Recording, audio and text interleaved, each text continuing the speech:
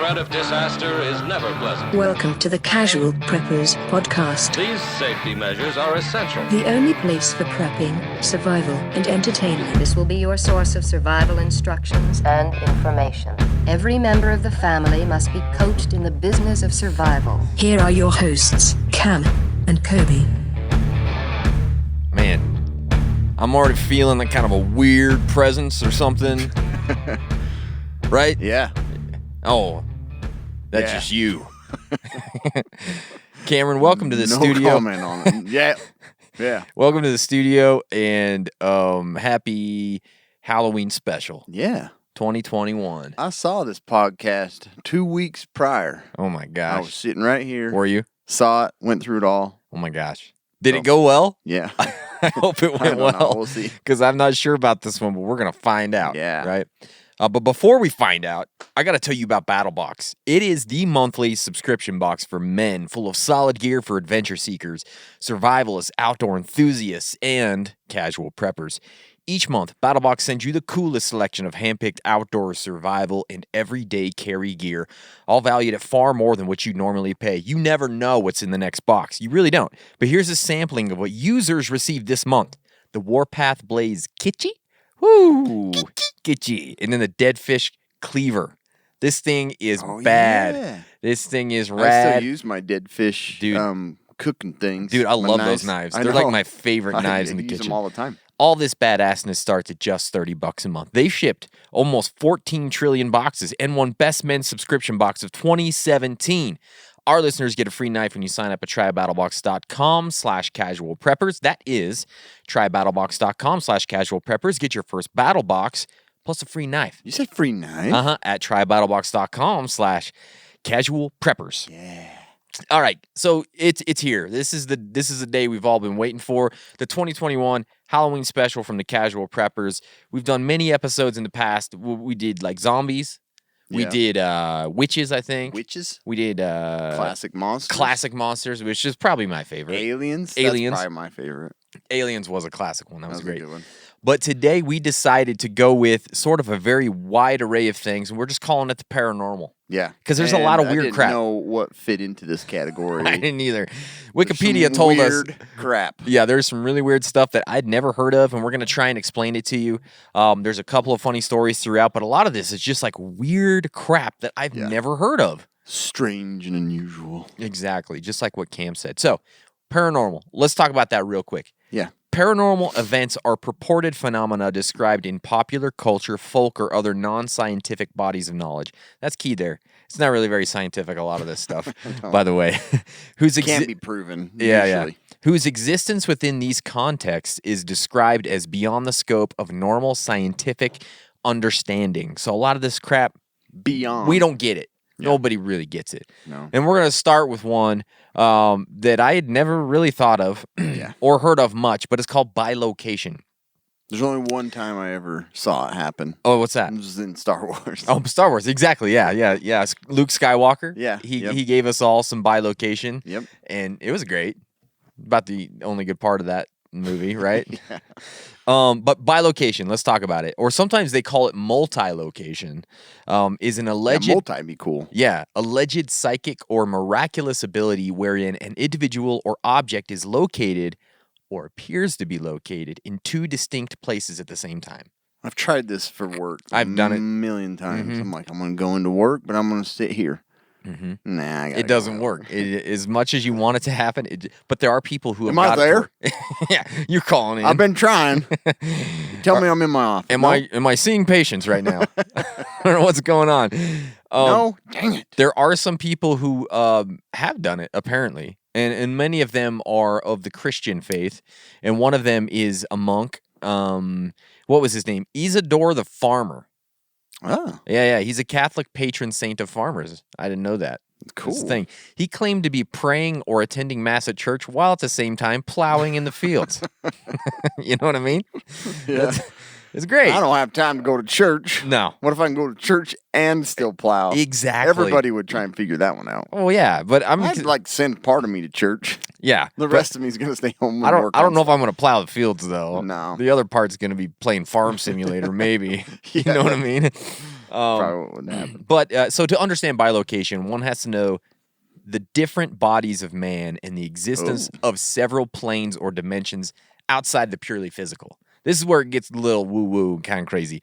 There is an esoteric philosophy, the teaching that man is composed of several bodies with different frequencies. The densest of this is the physical body. Dense physical body. You can touch it, right? Next to this is the etheric body, sometimes referred to as the astral body. That's one nice astral body. They call mine the dad body. I've been building my astral body. Yeah, check out this astral body. Now, It's this not like when they go like ethereal. That's what it's talking yeah, about. yeah, kind of, yeah. Now, this etheric or astral body can detach itself from the physical body, especially during sleep, which is weird, and travel far away from it. When this happens and the etheric body or double is seen by another person in another place, we say they are bilocating. Most often, bilocation happens without our being conscious of it. That freaks me out a little That is bit. kind of freaky. It's like, well, I saw you at the bar. Yeah, I saw you at 7-Eleven. What? I was asleep. I was taking a nap. How'd that happen? That's how crimes get made right there. Yeah, so you got to be careful. Don't keep a hold of your astral body, all right? So there are several causes, but the most important is desire or intention. The astral body or etheric double goes wherever a person wants to be. This desire or intention may not necessarily be conscious for bilocation to take place. So right now, I mean, I want to be in bed. So I could be there right now if I just figure out my astral body. Okay? Yeah. Okay. Well, it's like one of those complex things where, what was that study where they done the cat inside is both dead and alive? Sure, yeah, Like, yeah. so it's like you Schrodinger's could be cat. in your bed right now. Could be. There's no way to prove it. Yeah, prove it. Yeah. Good luck. I'm going to go there right now. Yeah, yeah.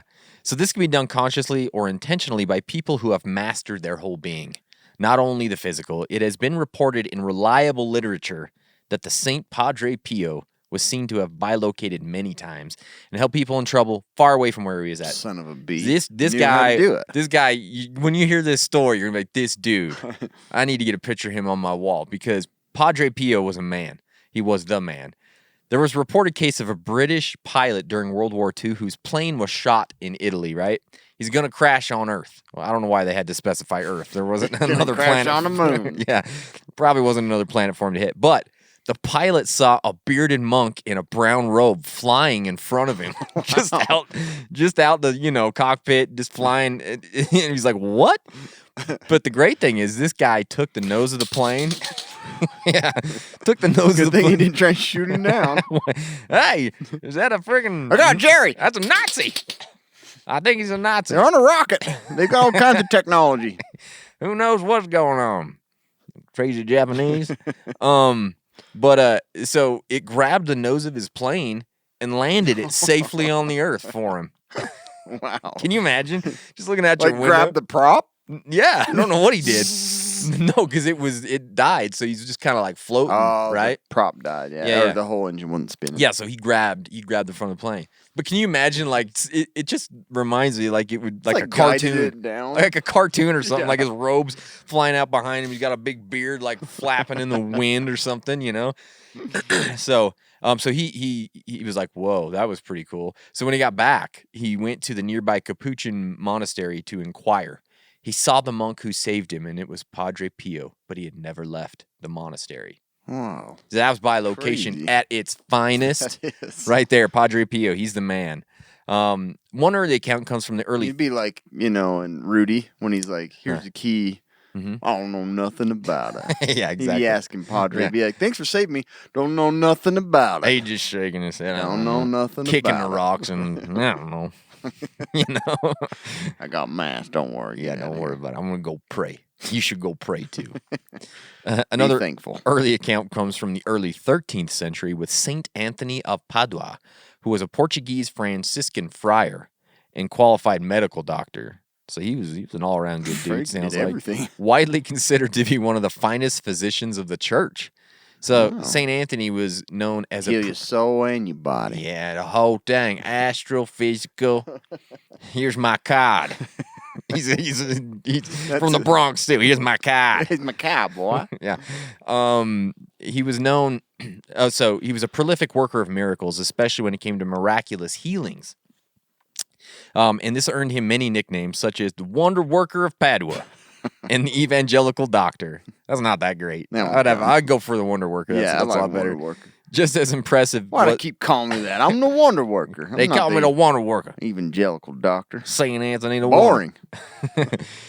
Just as impressive was his apparent ability to be in two places at the same time. Man. One of the most well-known and well-documented of these strange displays allegedly occurred during a service on Easter Sunday at the Cathedral of Montpelier. At the time, there was a great congregation of both worshipers and other clergymen who had come to watch his sermon. But at one point, Anthony realized he had forgotten he was supposed to be singing at a choir nearby at that very moment. Oh, crap. Come on, What do am this. I going to do? So in full view of everyone, he then calmly withdrew into the shadows of the pulpit and pulled his cowl around his face before proceeding to stand there silently and immobile. At that very instant, he appeared among the choir at the other monastery singing. When the choir was finished, the still silent body at the Easter service suddenly sprang back into action again, and he continued as if nothing happened, speaking with incomparable eloquence. Wow. Yeah. So I thought maybe you could be in two places at once, but be functional. I didn't know you had to go and throw a tarp over your Kind head. of go into sleep mode for a while. Standby mode. Yeah. Well, that I mean, what's the point at that point? You might as well I be know. there. Right? Unless you again gotta you're at hurry. church You in the gotta hurry. pews. You're in the pews Yeah. and you could just do one of those. When I'm sleeping down there in the meeting, Yeah. I'm in some other place. I'm doing something else somewhere else. Bilocating. So I found attending another church meeting somewhere else. I'm getting double the blessings today. So I found this weird article on medium.com, this crazy chick. So basically she believes that she's bilocating without her knowledge. So I'm stop it. So stupid. I know. This is 100% real. She really thought she was. So she's just I'm not going to roll through this whole story because there's a lot of it. But basically, she goes to the mall or something. If people go to the mall anymore, I don't know. And if they're still there, yeah. people were like, "Hey, how are you? I know you." And she's like, "I don't know these people," right? Or "Hey," or a friend will call and say, "Hey, I just saw you in Hawaii. What were you doing there?" She's like, "I wasn't in Hawaii." And she's like, "This happens every few months. I was seen in Chicago. I was seen in Hawaii. I was seen at the Hard Rock Cafe in Louisiana or something." There's a whole bunch of places she was seen. And she's like, "All right, I got to figure out what the hell's going on here. Yeah. Because this ain't right." So she says because this had been happening for 20 years, she developed a theory that the future me, so the future her, must have created an army of clones of herself and sent them back in time. Wow. That was her first theory. To just go to these places. She doesn't know, There's though. no She's in the motive. past. She's not sure, right? But, then she said, this is what she said. She said, but then I thought time-traveling clones involve a lot of effort and technological advancement, so it's really just a story I made up to explain a weird thing that had been happening most of my life. So then at that point, she's like, she found out about bilocation, and she's like, that's what I think's going on. I'm bilocating, and I have no idea. Yeah. So It makes perfect sense. that's what I would go with, too. It's no. I wish I was cloning myself, but Yeah. I'm pretty sure it's just bilocation. Bilocation. Read about it yesterday, and pretty sure that's what's happening. So anyways, that's bilocation. It's pretty weird. That's a cool one. I actually think I'd like to learn that one. I would like to get a I'm gonna book on work it, maybe. I'm gonna work on the bilocation. There's got to be a podcast somewhere that teaches you it. I There don't know. is a surprising amount of books that are focused on these Yeah, things, oh, yeah. how to do them better. Yeah, exactly. They're weird. Demonism for Yep. dummies. Ooh, I'd read that. I would too. Demonology for dummies. That's good. Yeah.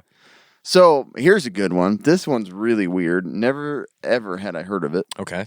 So it's breatharianism or Ooh. breatharianism. So you know what I'm talking about. Oh, okay. So, breatharianism is the claimed ability for a person to live without consuming food and, in some cases, water. Like the ultimate prepper For sure. would learn how to do this. Yeah, this is You a wouldn't skill. have to have any space occupied by food and water. Oh, that's beautiful. It is a deadly pseudoscience, Yeah, I'm sure. and several adherents of these practices have died from starvation and dehydration. Oh, because they didn't eat They or stuck drink. to it, but they didn't learn how to do it the best way. Yeah.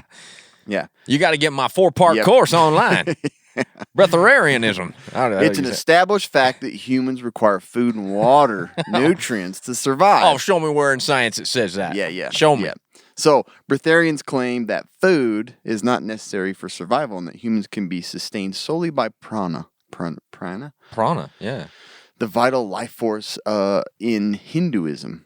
So according to Ayurveda, sunlight is one of the main sources of prana, and some practitioners believe that it's possible for a person to survive on sunlight alone. Really? So you just get out there, get some sun, and you're good. Don't have Okay. to eat, don't have to drink.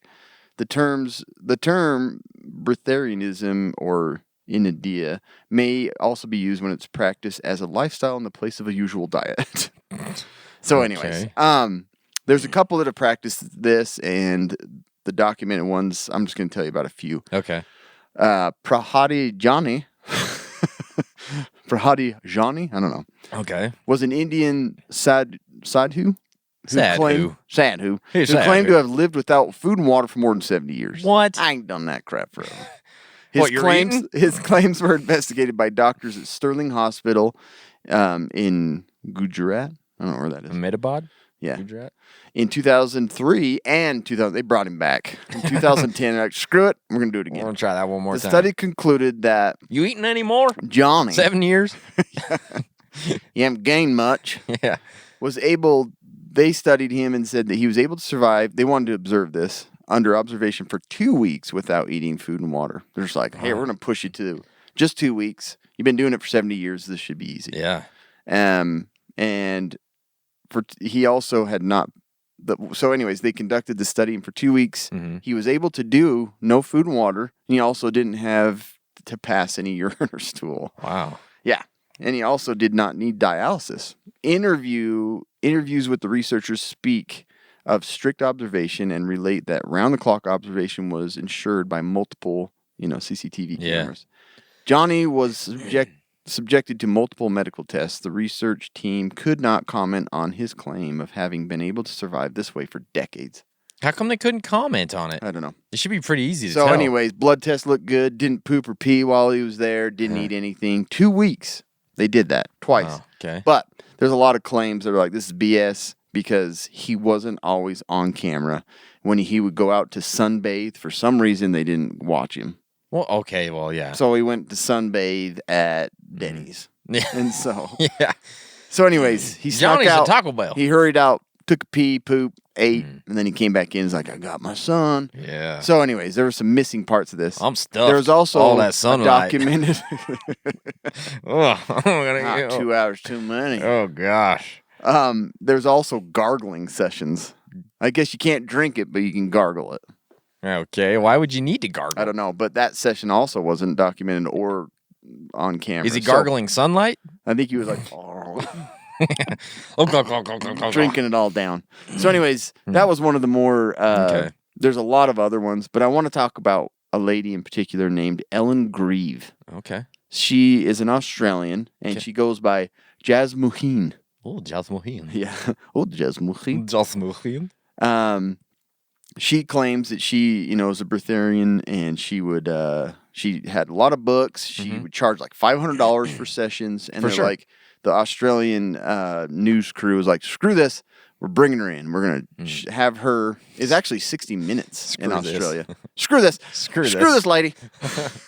Well, screw this lady, huh? They decided to bring her in, and they're gonna test her and continuously monitor her and keep cameras on her. Okay. So, the funny thing is, first of all, at her home, they found that her refrigerator and cupboards were stocked with food. No, well, but she of course. claimed it was her boyfriend. This is my boyfriend's. I don't need any of this. This is like when your mom finds porn in your room. I'm holding this from a friend. I know. His mom got mad on That him. ain't my porn. Yeah. So she's already like stocked up on food, but she's like, I don't need or drink that. It's my family's. So the producers challenged her to not eat and drink for a full week, putting her under surveillance and posting a guard to ensure she did not cheat. Ooh. When Jasmuheen began showing signs of dehydration after 2 days, the breatharian guru claimed it was due to the pollution in the air around the hotel in which she was being housed. Oh, yeah. 70% of my nutrients come from fresh air, she claimed. Idiots. She's like, I can't breathe. I can't suck in this energy. It's dirty here. So they're like, okay. And then on the third day, they moved her from her hotel to a mountainous area, open, free, clear air. And she's like, okay. She didn't do very well. On that third day, she started to show signs of severe dehydration. and a doctor that was kind of evaluating the whole thing, Barris Wink. It's a cool name. Yeah, it is. He was president of the Queensland branch of the Australian Medical Association, urged her to stop the test. According to Wink, Jasmuheen's pupils were dilated, her speech was slow, and she was quite dehydrated. I like this. Probably over 10%, getting up to 11%. Oh, it's very specific. Yeah, I'm like, I don't know how. He's a good doctor. Towards the end of the test, she said her pulse is about double what it was when she started. And the risks, if she goes any further, are kidney failure. So 60 minutes would be culpable, and encouraged her to continue if they encouraged her. So she stopped. The test was stopped. Unfortunately, there are a few people who may believe what she says, but I'm sure this is what the doctor said. But I'm sure it's only a few. But I think it's quite irresponsible for somebody to be trying to encourage others to do something that is so detrimental to their health. Wow. So she only lasted like 3 days. Big Sure. old, her fast, and it didn't work out. That makes sense. Yeah. 3 days without water is about all you can do. Yep. So Australia, though, apparently has a pretty cool society. It's the Bent Spoon, or the Australian Skeptics.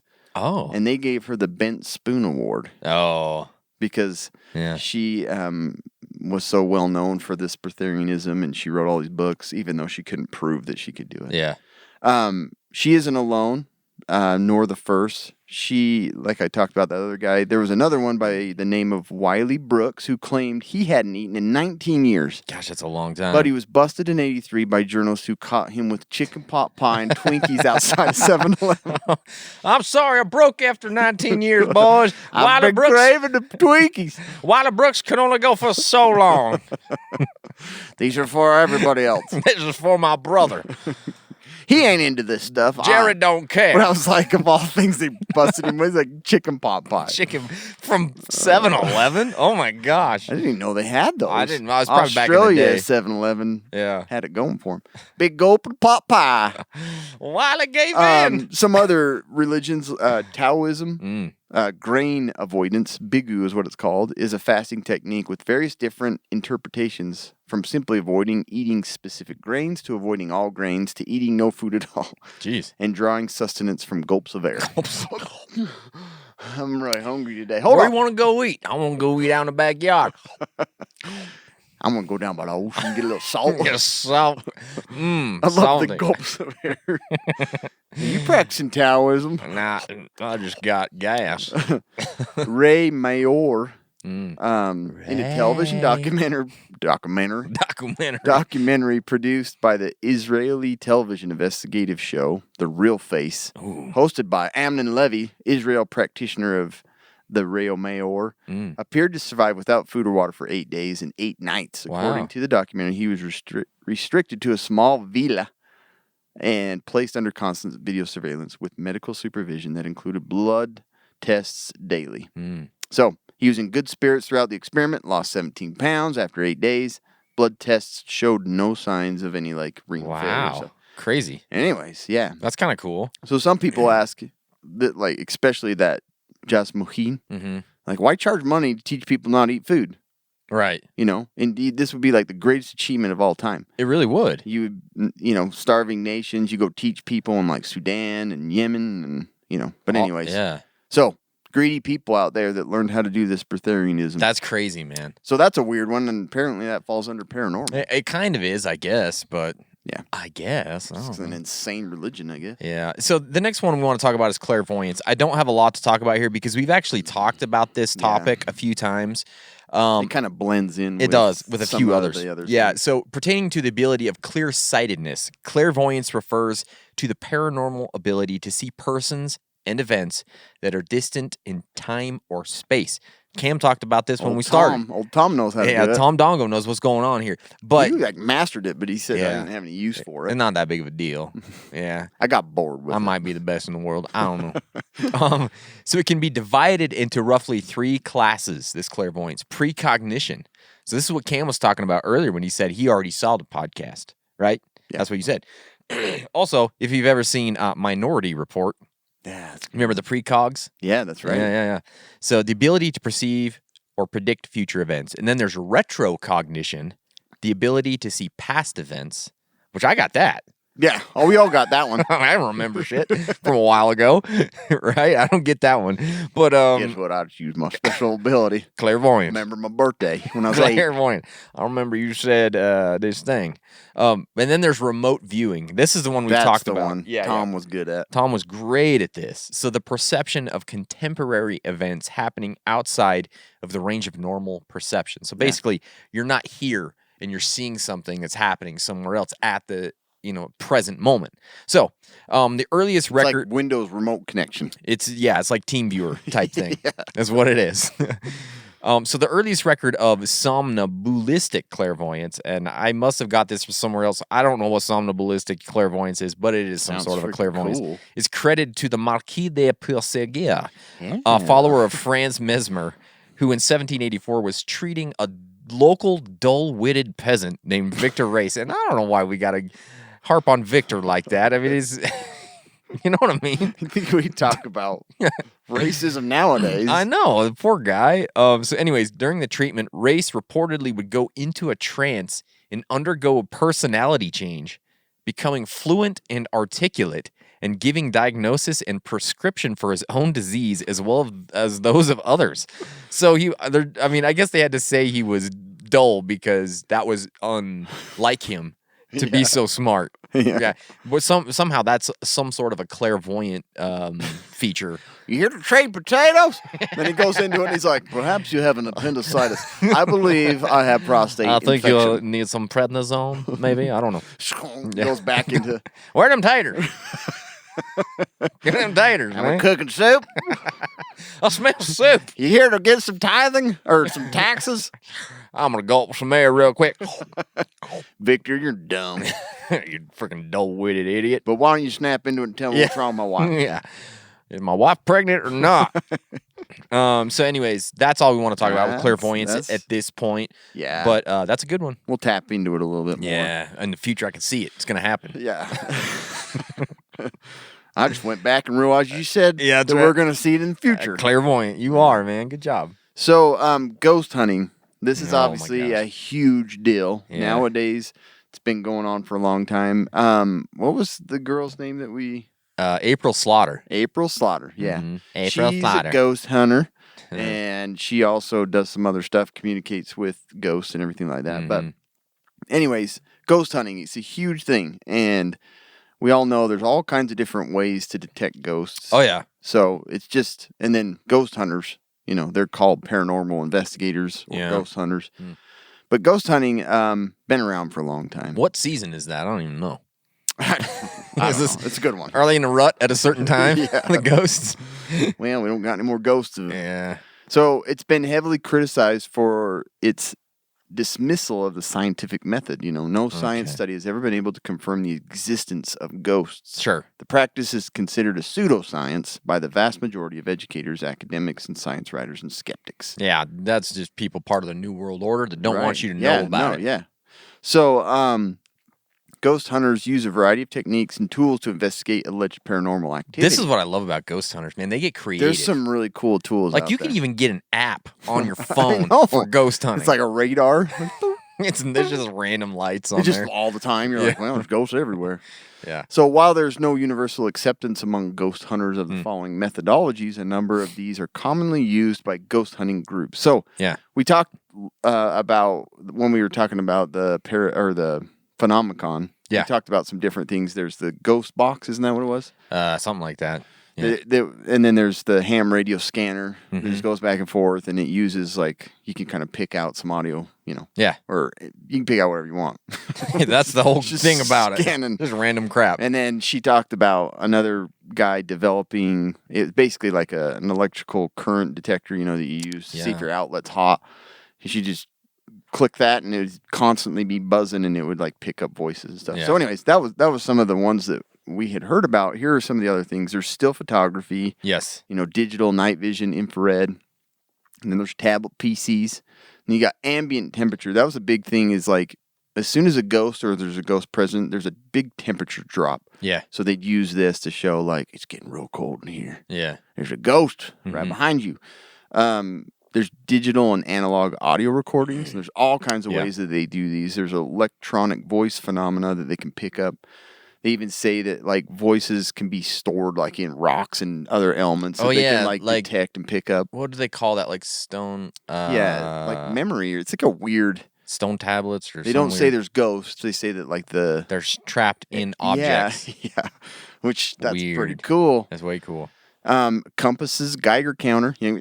Oh, really? Oh, like radiation. Ghosts are radiated, I guess. Yeah. You got air quality monitoring equipment to assess the levels of gases such as carbon monoxide and things like that. They kind of go crazy. Okay. You can use about anything to search for ghosts, pretty much. Dowsing rods. Yeah. They've been around for a long time. Don't they use those like to find water too? Yeah. The dowsing, like the water. That is kind of like they kind of bounce. What do they call them? Water witcher or something? Yeah. I don't know. I know what you're talking about. I can't remember the name. But yeah, it's basically the same deal. Psychics, mediums, clairvoyance. Yeah.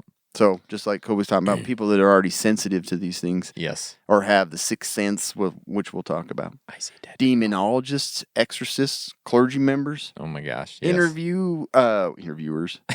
Historical research teams. Podcasters. Ouija boards. Night vision goggles. Thermographic cameras. Okay, man. So there's all kinds of stuff. SLS or kinetic cameras, like the kinetic Xbox Kinect. Sure, yeah. Shoots out little beams and can take. So, anyways, there's a lot of these different things, but there's all kinds of stories, and a lot of them have been debunked. Sure. But I did have like two that I thought would be. Have you ever watched any of like those Ghost Hunter? I've never really even watched any of those shows. No. I need to. People are super into it, and I guess I'd read too that like during the pandemic, people got like even more into like ghost detection stuff. Pandemic's pissing off all the ghosts too. Yeah, for sure. There's a lot more ghosts now. Everybody's dying. Yeah. That's the problem. Oh, everybody in town. Yeah. Two ghosts in particular. I want to talk about these two ghosts. So one of them is called. Did we ever? I don't know. It seems like we talked about this one before.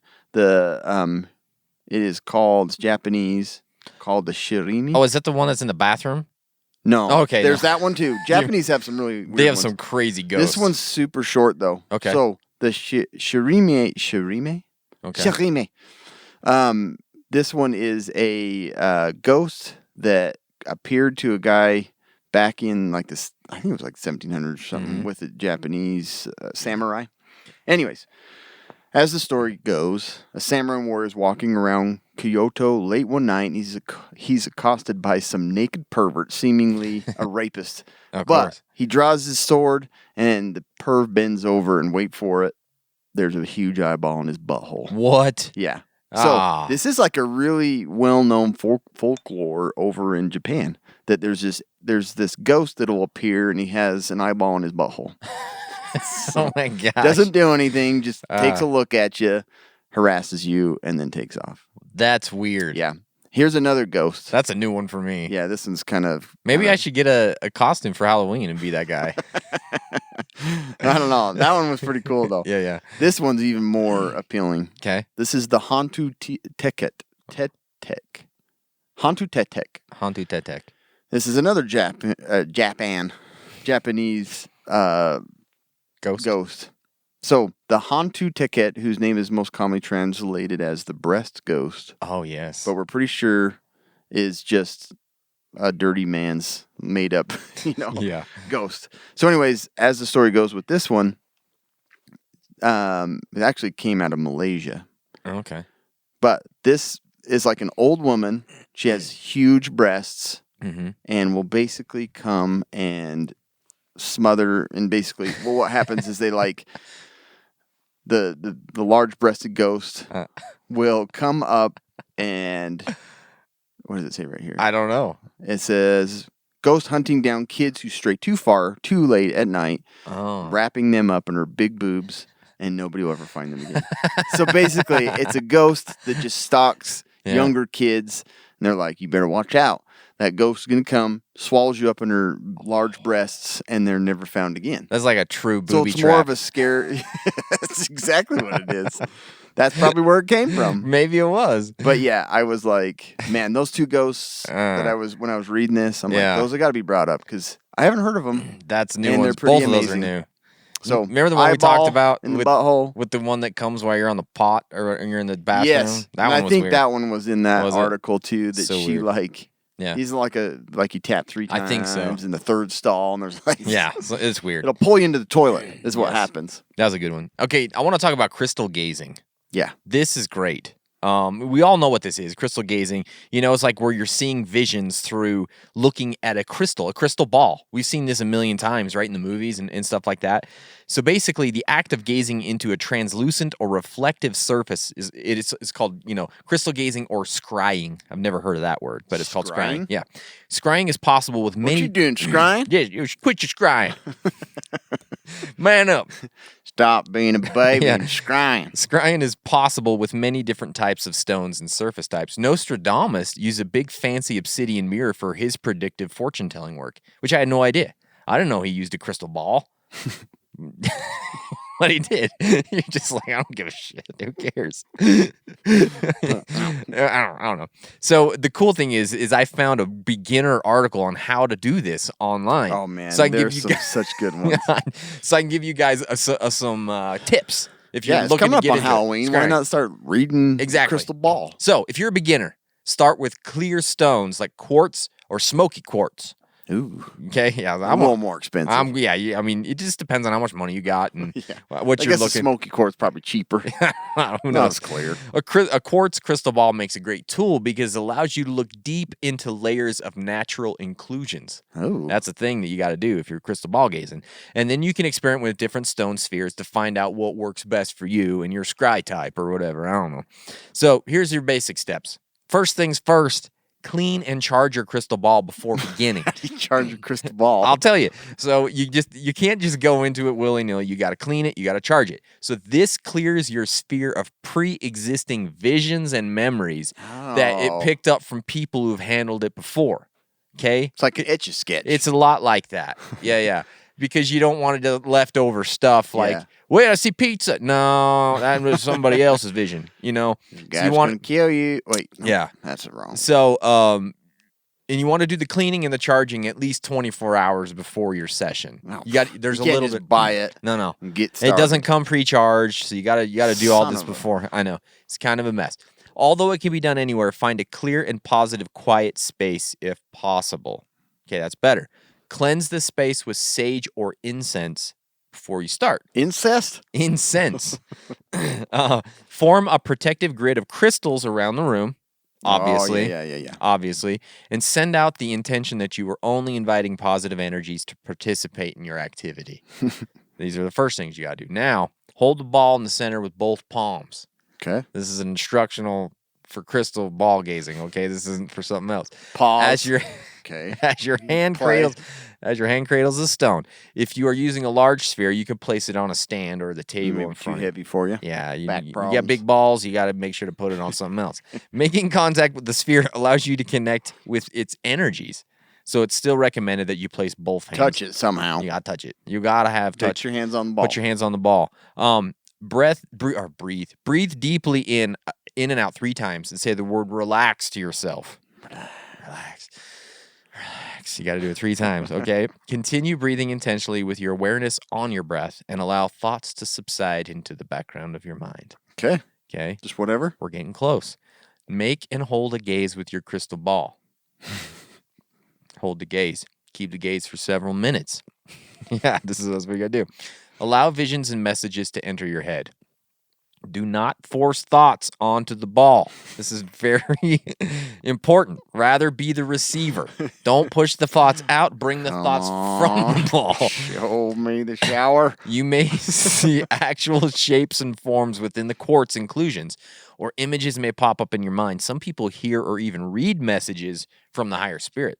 So, yeah. Little text messaging. Yeah, just like in the movies where a text message bubble comes up. This can be done for several minutes or even hours, depending on your mental state and expertise level. Once your scrying is complete, thank the higher energies for their wisdom and communication. Okay? And take 3 deep breaths and say the word awake. Okay. To yourself on each exhale. Emerge from the trance. Allow a few minutes to realign your energies back to this reality with the quiet reflection of your experiences and holding your favorite grounding stones like Moki marbles in drinking water and drinking water. Okay. So that's a really good place to start if you're looking to do some scrying. Anyways. It's a date night. I mean, that's what I'm saying. Yeah, date night, you get tarot cards, you got scrying. Yeah. Maybe you do some conjuration. I don't know. Yeah. Speaking of conjuration. Yeah. So everybody wants to be the conjurer, right? That's the thing, yeah. Call upon some like necromancer. demons and yeah, it's cool stuff. So, or it also goes by evocation. Oh, yeah. Act of calling upon or summoning a spirit, demon, deity, or other supernatural agents in the Western mystery tradition. That scared. When I was a little kid, this kind of That crap stuff is scared the creepy. balls off of me. It is. It's like, can I call upon like demons to come and take me? Please no. Comparable practices exist in many religions and magical traditions and may employ the use of mind-altering substances with and without uttered word formulas. Okay. Just take some mushrooms and make some spirits calm right See now. some demons. So the word conjuration is Latin, meaning to swear together. We do this all the time. Shit, we do this all the time. Hey, you guys conjuring over there? Yeah, quit your conjuring. And kids these days, Yeah, I tell you. conjuring out there on the street. Hey. Stop your conjuring. Not in my neighborhood. I've been scrying, you two been conjuring. Can be interpreted in several different ways. Kind of sound like As Matthew in- McConaughey for a second. I don't know why, but he did. Down here. Better. in the Yeah. dirt. Anyways, yeah. An invocation or evocation, the later day saints, the latter in the sense of binding by a vow as an exorcism, Oh crap.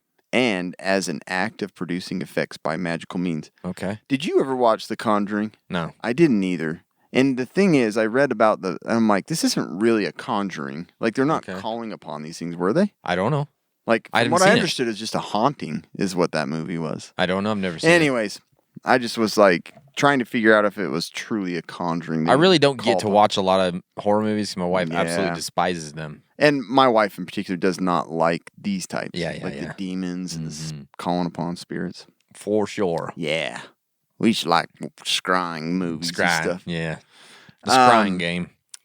Alternatively, the term conjuration may be used or referred to an act of illusionism Yeah. or legerdemain. Is that what it is? I don't know what that is. I don't either. As in the performance of magic tricks for entertainment. Oh, yeah, for sure. So it can be used to like call spirits or trick people. Cameron the Conjurer.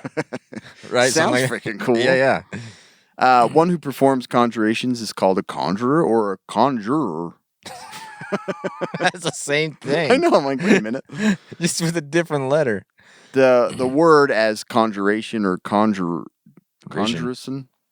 was formerly used in Latin meaning conspiracy as That well. makes sense. Yeah. So anyway, talking about conjuration of ghosts or spirits of the dead for the purpose of divination or called necromancy. They're called necromancy. Yeah. And that's usually what video games show. They use the necromancer. Yeah. When it is said that a person is calling upon or conjuring misfortune or disease, it is due to the ancient belief that personified diseases and misfortune as evil deities, spirits, demons, basically you're cursing somebody. Yeah. See demon possession, okay? Yes. See it. We'll talk about it. But here's an attempt. I read on Reddit. I wanted to see how many people have tried it and if there's anybody that succeeded in conjuration. It'll be on Reddit if they have. Yeah. So this person says, yes, I sincerely tried all the evil stuff after giving up on getting any sign from good side, thinking much in the way you are now. I had heard so many stories from people I respected and how easy it was to attract demons that I thought it was worth a shot. It's so easy. Yeah. Despite being fairly confident in it was nonsense, I spent a few months dabbling in the dark arts. LOL. I even spent one Halloween at the graveyard picnic making out with my girlfriend, conducting a seance over candlelight. Needless to say, nothing arose other than some goosebumps and a virgin blue balls. That's a great story. Although he said he had also, edit on a related note, I had an unbaptized preemie friend. I don't know what that. The hell's that? At the time, I was baptized. I was talking to him about how I spent my Halloween. I was driving and he was a passenger in the seat. And I said, I lost my mind. And I said, Satan isn't real. Satan, if you exist, and I invite you to possess me now and crash this car. What? Scared my friend half to death. Sure. But we made it home safely. Wow. So basically, I don't think conjuration can happen. No. This guy couldn't do it, and I couldn't nobody find any can. stories that anybody Yeah. could do it. So, anyways, Interesting. conjuring Yeah. is a real tough art, and I Yeah. don't think it happens very much. There's anymore. probably a book on it somewhere that you could grab, or like Yeah. a YouTube video. But the hauntings, conjuring, like Yeah. demonology, like that all kind of goes hand in hand. It's Sure, like, are it you does. summoning these things? Are you Ooh. calling these things on? Summoner, yes. Or you're basically like what's the what are the gypsies? You know, they're sure. summoning and they're Yeah. casting curses and stuff. So, Yeah. anyways, it's a dark art. You don't want to get into Yeah, it. so there's conjuring where you're trying to bring him in, but what about possession? That's where you're true. like, that's freaky. oh crap, You had no choice. It just happened. it just happens, right? So spirit possession, this is an unusual or altered state of consciousness and associated behaviors purportedly caused by the control of a human body by spirits, ghosts, demons, or gods. Well, I wouldn't mind to be possessed by a god. yeah, That'd be kind of you're cool. Hercules. Okay. I'm Thor, son of a bee. So there's a lot of people, there's a lot of different cultures who believe in this, and there's some crazy, crazy things. So the Digo people of Kenya, I don't know if you've heard of them. No, I haven't. But they refer to the spirits that supposedly possess them as Shaitani. Shaitani. Shit on him. Shaitani. These Shaitani, this is great, typically demand luxury items to make the patient well again. Okay? That sounds like American medicine. It sure does. Despite the fact that men sometimes accuse women of faking the possessions in order to get luxury items, attention, and sympathy, they do generally regard spirit possession as a genuine condition and view victims of it as being ill, though through no fault of their own. farter. No fart of their own. However, men sometimes suspect women of actively colluding with spirits in order to be possessed. That happens. Oh, you did it again, huh? Coming home. I've been to work all day digging ditches in Kenya. Come home and I got to give you a gold chain to get this freaking demon out I of my was living room. preaching at the church and farming, and here you Yeah. are at home. Yeah. Playing all with this- demons. I'm sick of this. Let me guess, the demon was over today. Let me guess. I need to go get another diamond ring. Get this demon at you. Anyway, so that's a good one. In Uganda, a woman named Alice Auma was reportedly possessed by the spirit of a male Italian soldier named Laquena. Wow, that's weird. Sure is. She had ultimately led a failed insurrection against governmental forces. She got possessed, she led an insurrection, and they sucked. It wasn't me, it's an Italian soldier. Ah, now it's freaking Laquena, huh? He's like, oh. Yeah, she's Italian.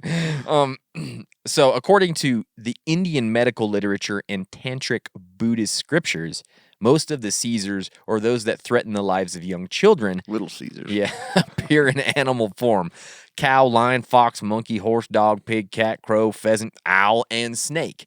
However, apart from these nightmare shapes, it is believed They get possessed. Sort of, yeah. Yeah. It is believed that the impersonation or incarnation of animals could, in some circumstances, also be highly beneficial. Oh. Yeah. Chi Chung Fu. Okay. No, this is really his name. Or maybe Chai Chung Fu. I don't know. It's one of those. Chi Chung Fu. Kung Fu brother. Yeah. He's a Chinese gynecologist. Ah. Yeah, of course. Come on over to Chi Chung Fu's. Get in the stirrups, we'll figure it out. That's his ad. He sounds like a Redneck. redneck gynecologist from China. But he's from the 13th century. He was writing a bunch of stuff, and he wrote that in addition to 5 sorts of I had all these problems, and then I saw Chi Chung Fu, yeah. and I don't have any periods. that Feel are- good now. In addition to 5 sorts of falling frenzy classified according to their causative factors, there are also 4 types of other frenzies distinguished by the sounds and movements given off by the victim during his seizure. Cow, horse, pig, dog, frenzies. All of those kinds. So Chai Chung Fu, he was into that too, but Yeah, he was a gynecologist. Weirdly enough. And then That's weird. the Tamil women in India are said to experience possession by the Pei spirits, P-E-Y-E, Pei. According to tradition, these spirits overwhelmingly possess new brides, are usually identified as the ghosts of young men who died while romantically or sexually frustrated, and they have to be ritually exorcised. Literally exercise. Yeah, ritually exorcised. So, yeah, that's kind of some possession that happens That's in an India. interesting one. Female workers. frustrated. I'm gonna possess this new bride. Gotta do it. Female workers in Malaysian factories have allegedly become possessed by spirits, and factory owners generally regard it as mass hysteria and an intrusion of irrational and archaic beliefs into modern settings. Anthropologist Awag Ong noted that spirit possession beliefs in Malaysia were typically held by older married women, whereas the female factory workers typically are young and unmarried. She connects this as the rapid industrialization and modernization of Malaysia. Ong argued that the spirit possession is a traditional way of rebelling against authority without punishment, and suggests that it is a means of I'm possessed. protesting Can't come into work. the untenable working conditions and sexual harassment that the women were compelled to endure. So they just get, like, the working conditions are so bad, they all just get possessed by spirits all the time. That's called PMS. Yeah. Rage. Exactly. So anyways, that's an interesting one. That is interesting. The Arapmen people of New Guinea, the New Guinea highlands, practice a form of group possession known The as rap man? yeah, spirit disco. Oh. Yeah. Men and women gather Yeah. in church buildings, dancing in circles and jumping up and down while women sing Christian songs. This is called pulling the Holy Spirit. Okay? Yeah. We all pulling the Holy Spirit tonight. Getting it done. Like taffy. Pulling the Holy Spirit. It's like pulling hot taffy. If successful, some dancers will get the spirit, flailing wildly and careening about on the dance floor. After an hour or more, these possessed will collapse, the singing will end, and the spirit disco will end with a prayer, and if there's time, a Bible reading and sermon. if there's If time. there's time. Any time left, we've been dancing, pulling the spirit for a couple hours. Just gonna read some scriptures. I don't have time. Now we got the scryers coming in right after us. Ain't got no Rent time. this facility. Yeah. So obviously the Catholics, they believe in this thing. It's a big deal, right? The Catholic exorcists differentiate between ordinary satanic / demonic activity and or influence Monday everyday temptations and extraordinary satanic demonic activity, which can take 6 different forms, ranging from complete control by Satan or demons to voluntary submission. Yeah, so there's a whole scale here. The first one is possession. And this is which Satan or demons take full possession of a person's body without their consent. And they didn't say, okay, come on in. I invite you. I invite you. You don't want to say that, by the way. Don't say it. You don't invite them. Don't invite them. This possession usually comes as a result of a person's actions, actions that led to an increased susceptibility to Satan's influence. So just be careful. Then there's obsession, which includes sudden attacks of irrationality, obsessive thoughts, usually culminating in suicidal ideation, which typically influence dreams. And then you got oppression, in which there's no loss of consciousness or involuntary action, such as in the biblical book of Job, in which Job was tormented by Satan through a series of misfortunes in business, material possessions, family, and health. Then there's external physical pain caused by Satan or demons, infestation, which affects houses, objects, things, or animals. And then there's subjugation, in which a person voluntarily submits to Satan and or demons. That's the whole line. I mean, That's a lot. you got to check the box when you're doing That's your Yeah. exorcism. You know what I mean? Check. Yeah. So that's kind of how the Catholics believe. And then the Muslims, they think that sleeping near a graveyard or a tomb is believed to enable contact with the ghosts of the dead, who visit the sleeper in dreams and provide hidden knowledge. Possession. You're already right there. I know. It's too risky. Possession by Afaret, a vengeful ghost, are said to grant the possessed some supernatural powers, but it drives them insane as well. Oh. So there's a give and take there, you know. 50-50. Yeah, you get some cool Which one's gonna supernatural outweigh? powers, but you're gonna go insane. That's So- interesting. I found a couple of stories Oh, good. on the I internet. like possession. Yeah. So this one, this girl, she was telling me. Well, she wasn't telling me. She was telling a whole bunch of people on Reddit. She wasn't telling it to Did me. some personal Yeah. interviews. I called up a few ladies. So she says, last night I was awake, just thinking to myself, and this man appeared in my room. This is not a good way to start a story because this is horrible. I never want a man to appear in my room. He was short, bald man. He kind of looked like Eminem, but older. That's what she said. Quite the description. I know. So he just stood there, black t-shirt, black hoodie, pulled over, and said, "You want to get one shot?" And he just starts rapping. And My name is. yeah, My name exactly. is- Ticket. Oh, never mind. So he just stood there with a black t-shirt, black hoodie, put all over his head, dark jeans, some beat up sneakers. She said her jaw dropped open, and before she could shout for him to leave, my jaw was stuck open. I couldn't close my mouth. She said my whole body was paralyzed. I couldn't even begin to force myself to move. Oh, shit. What's Eminem going to do? Yeah. Brace your chin with your... Yeah, that's right. Bold hands. Just like an earthquake. But she said she was shaking, almost like a seizure. She could feel herself cry, though, and she felt strong gusts of wind coming out of her mouth. It feels awkward. Oh, wait. I'm just breathing.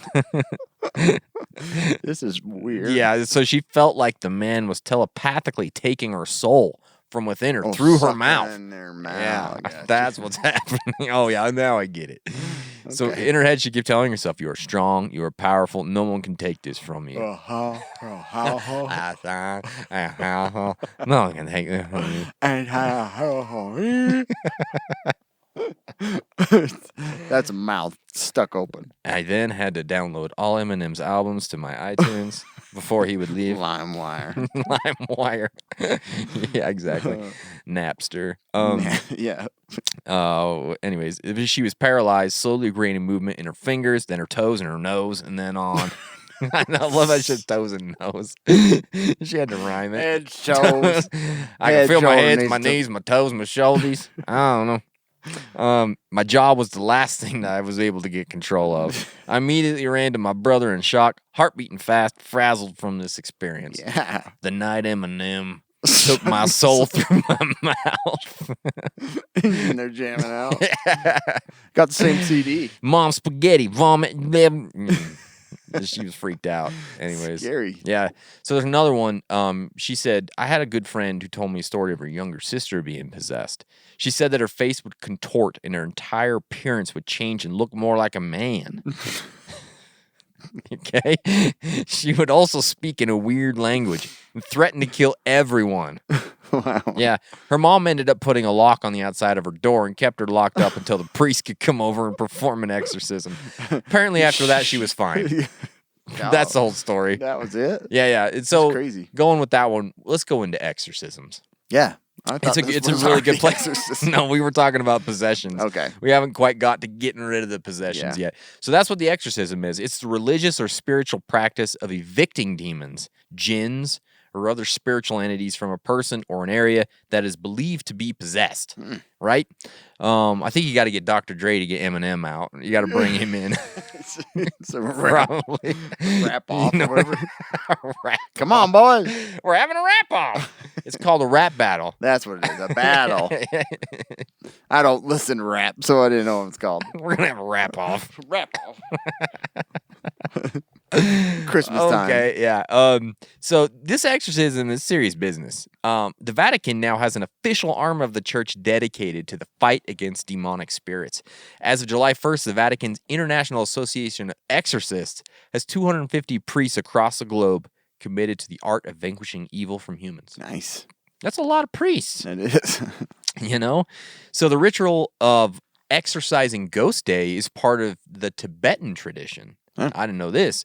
The Tibetan religious ceremony Gutter, or Gutor, literally offering of the 29th is held on the 29th of the 12th Tibetan month, with its focus on driving out all negativity, including evil spirits and misfortunes of the past year, and starting the new year in a peaceful and auspicious way. So they kind of do that. The temples and monasteries throughout Tibet hold grand religious dance ceremonies, with the largest at the Potala Palace in Lhasa. Families clean their houses on this day. Like, I don't know if that's the only day they clean it, but they do it on this day. Decorate the rooms and eat a special noodle that day. Just one noodle? No, a noodle soup. Sorry, I didn't finish that. Noodle soup called guthuk. Sounds delicious. In the evening, the people carry torches calling out the words of exit. Oh, I can't wait to eat guthuk tonight and clean the house. Steak and guthuk. Meatballs and guthuk for us. Bread and guthuk. Endless. Endless guthuk tonight at Denny's in Tibet. Denny's in Tibet. So I found a couple of exorcism stories. Yeah. These are going to freak you the F out. So if the lights are off, turn them on. Okay. If you're driving, just be aware that you're going to be freaked out. First one. Turn the headlamp on. Yes. the makeup light. Leave it on for 3 days. Yeah. The battery will be dead. Flip it. In 1778, English tailor George Lukens. I was almost George Lucas, but it wasn't George Lukens. He was behaving oddly, speaking in strange voices, making inhuman noises, and singing hymns backwards. That right there would freak me out. That would freak F me you. out. You are not coming in my house if you're singing hymns backwards. Ain't gonna happen.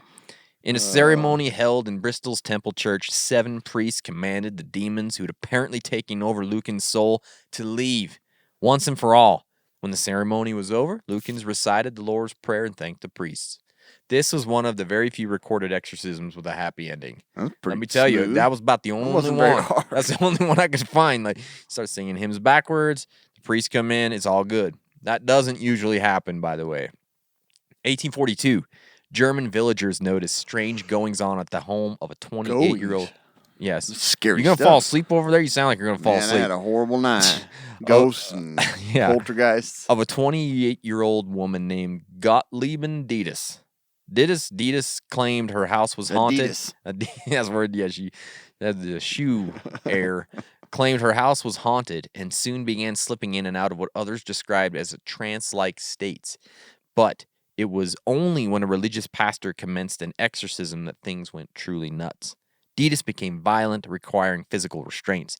For 2 torturous years, during which the pastor performed various exorcism rites, Dietis vomited glass, nails, and blood. Ugh. Yeah. You got to get a better diet, for one thing. Stop eating glass and nails. Finally, Dietis informed everyone that demons were gone and stated that Jesus is a victor. After 2 years. Wow. Yeah. That's got to hurt coming up. Right? Surprised they didn't call on anybody to check that out. Yeah. Well, I don't it's know. up. It's on the floor now. It's probably fine. Probably good now. How about a 13-year-old boy named Roland? This one's kind of famous. Was mourning the loss of a beloved aunt when he began seeing and hearing strange things.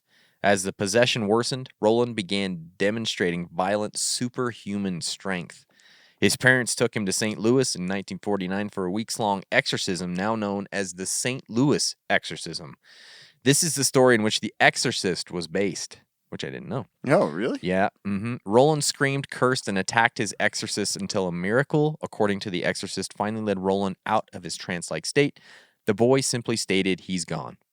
So The Exorcist is a girl, right? I thought it was. Wasn't it Olivia Rose or whatever? I don't Was know. it? Like, I can't remember. I haven't seen that in 1,000 years. That movie scared the I don't crap like out of that me. stuff. Ugh. It scared me. I watched it at my grandpa's house when I was like 12, of course. And I had to walk home through the field that There's night. always a field. There's always a field. There's always night, and there's always a damn exorcist.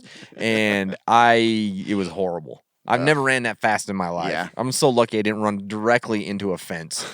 I mean, it was just like blind fear, moving my feet back to my home. Yeah. You feel like something's like chasing you. Oh, You hear yeah. footsteps Something was behind chasing you. me the entire time. Ugh. I guarantee it. So, I guarantee it. guarantee it. That's real. So, The That's not Exorcism fake. of Anneliese Michael by Felicitas D. Goodman relates a tragic story from Germany. This is also the basis of the 2005 horror film The Exorcism of Emily Rose. No, Emily Rose. That's what it's not Olivia Rose. Like Michael Taylor's exorcism, Annaliese's story ended in murder.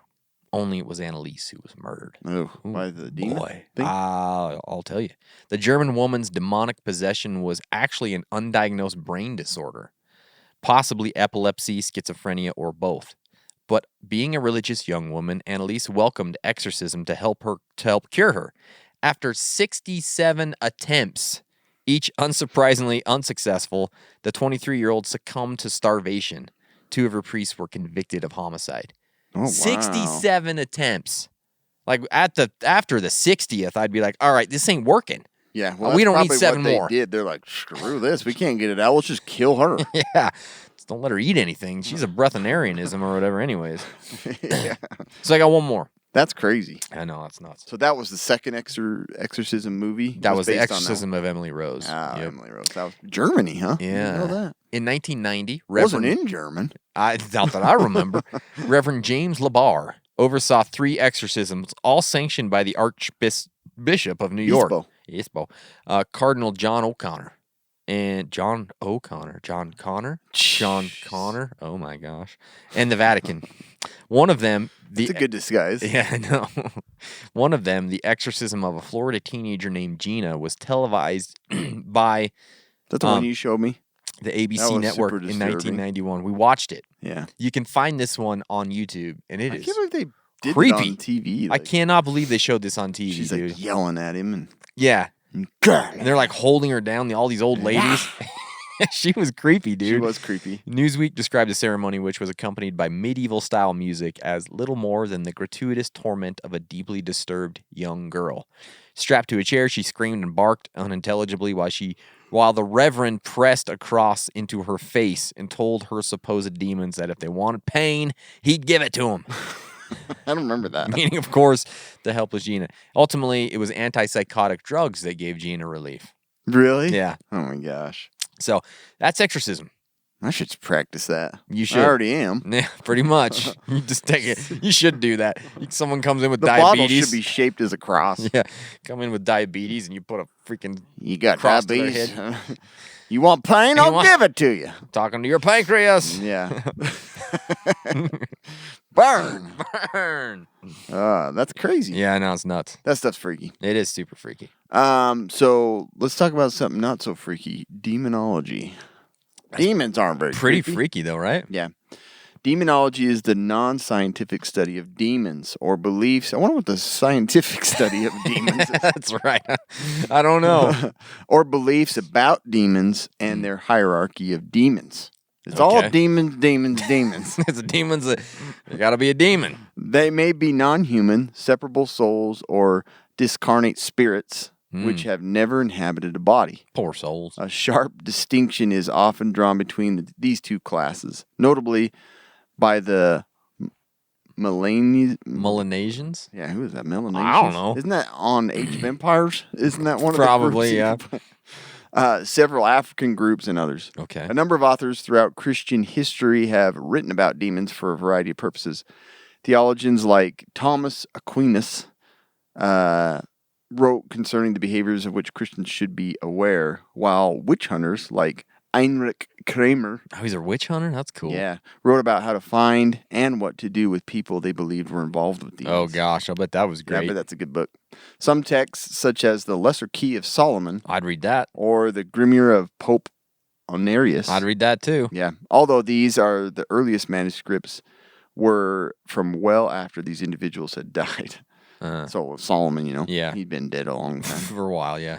They are written with instructions on how to summon demons in Oh, the name gosh. of God, and often were claimed to have been written by individuals respected within the church. Summon demons in the name of God? And they were within the church, yeah. Wow. Sounds kind of messed up. That's crazy. These later texts were usually more detailed, giving names, ranks, and descriptions of demons individually and categorically. Names and ranks of demons? Yeah. Whoa. I And didn't know it was that. Dungeons and Dragons came Yeah, right after this. that's what it feels like. Yeah. Most Christians commonly reject these texts as either diabolical or fictitious. I'll read that. That's diabolical. Yeah. So, now that you know what demonism Yeah. is, I want to talk to you about how to spot a demon. Oh, this is information I need. This is from Pastor Vlad online. Vlad? Vlad. Oh my gosh. Yeah, Like yeah. Vlad the Impaler? Yeah. Oh my gosh. 14 signs demons are intruding. This is like a BuzzFeed article? Yeah. This is This what it is feels important like. because- This is clickbait. Yeah. This is important, though, for preppers Okay. alike. Yeah. The enemy is after your peace. One of What? the ways he attacks Christians is through sleep. Oh, I thought you Sexual meant like dreams, my gun. eating in the dream, Yeah. seeing death, or having a dead relative visit. All of these are examples of demonic activity infiltrating your sleep. Oh my gosh. So, anyways, there I've you go. had some of those. I know. Yep, you've got a demon. Number 2, mental oppression. You must understand that Satan intrudes the mind. The mind Okay. is the battlefield. The biggest challenge for Christians is understanding that those thoughts are not your own. I thought love Okay. was a battlefield. So any thought of unforgiveness, loneliness, self-destruction, or sense, I cannot control it, are all clear Okay. indications you might have company. Okay. Yeah.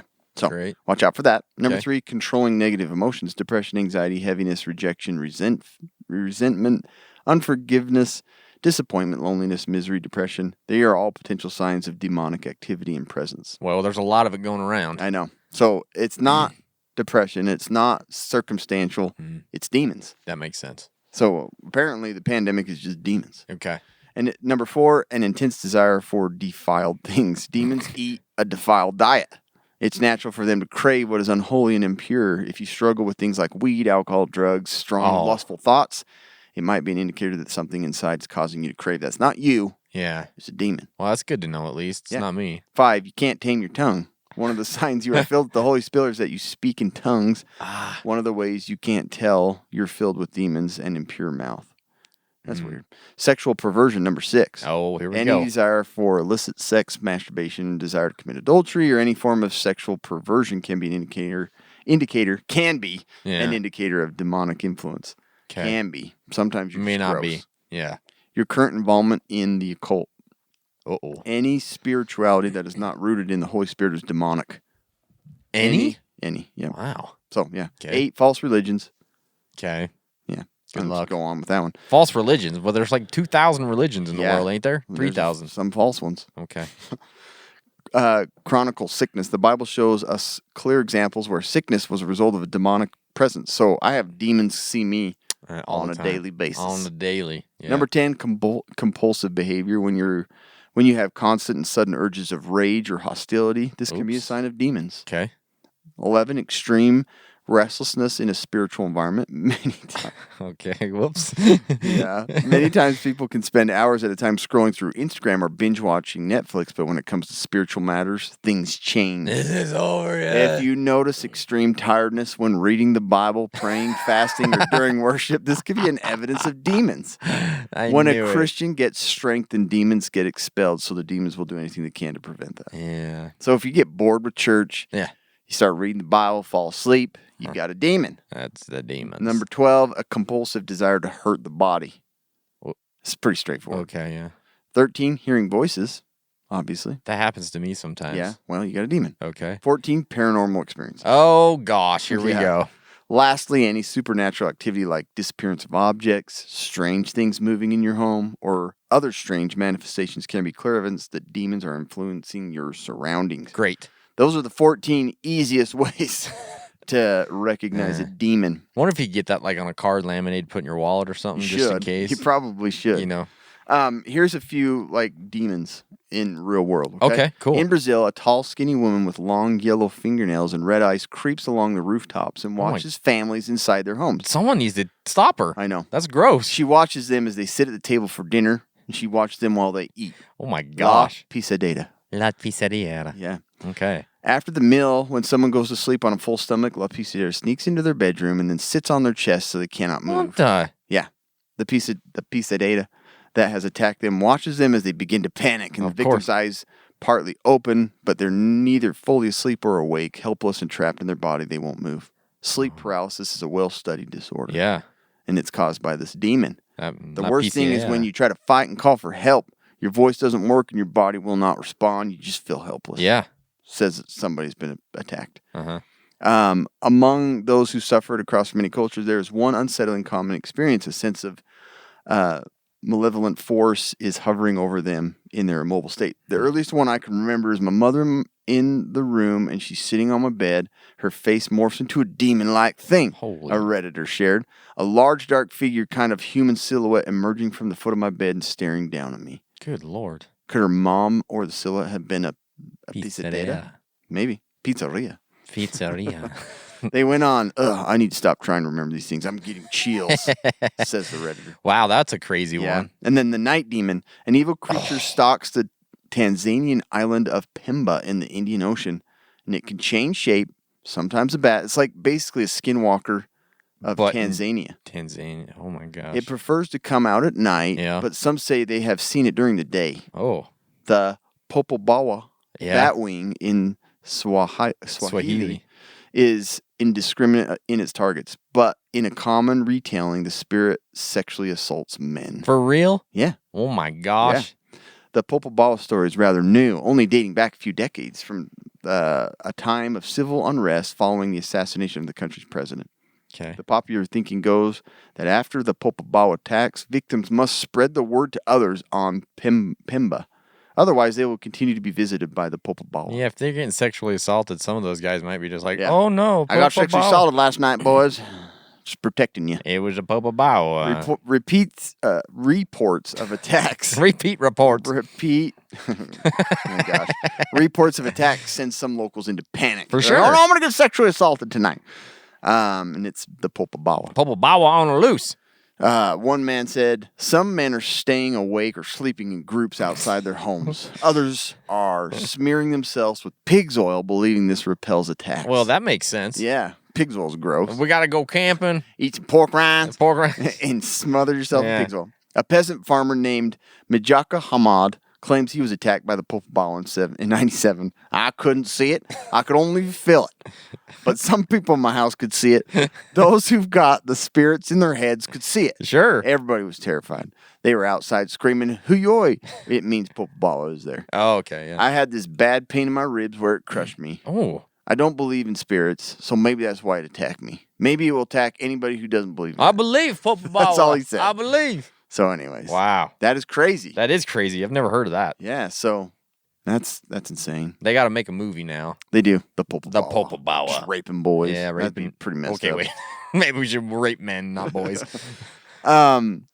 Speaking of really crappy things, Yeah, speaking of. COVID-19 pandemic, it's brought many challenges to all of us. Yeah, it There's sucks. been more paranormal activity, Mhm. and there's been cyber crimes. Yeah. Your stuff can get stolen because you're online all the time. Maybe you're working from home. Mhm. There's an easy way to protect yourself How? from demons and everything else, too, Yeah. is to get Surfshark VPN. That's a great way. It's a virtual private network. Mhm. You can go gray man online. You can shield all your information. Go to whatever website you want. You don't have to worry about it. Yeah. You also can get emailed if your email password is stolen or leaked. That's rad. Which is really cool. Yeah. It's seriously the most inexpensive way to protect yourself online. Yeah. It's roughly $2.21 a month. Wow. Less than $60 for 27 months. Hmm. Go try and find better. Good luck. And the thing I like about it is if you don't even know what a VPN is, but you want to be protected and you want to try it out, you can do it for 30 days for free and get your money back. For sure. The other thing that's also amazing about Surfshark is it isn't limited to like 3 devices or 5 devices. Anything that goes on the internets to look up ghost stories and creepy stuff, Yeah. it'll protect you. It's beautiful. So you just go to surfshark.deals/casual preppers. Try it for 30 days for free. Telling you, it's the best around. I agree. Get it. Good job. Have you ever heard of ectoplasm?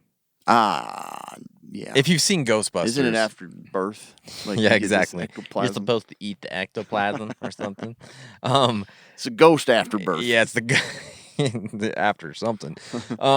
So ectoplasm, this was kind of new to me. I'd heard the word ectoplasm. Obviously, in Ghostbusters, they talked about it. What? Ectoplasm? No, it's 1250. I know. Wow. I know.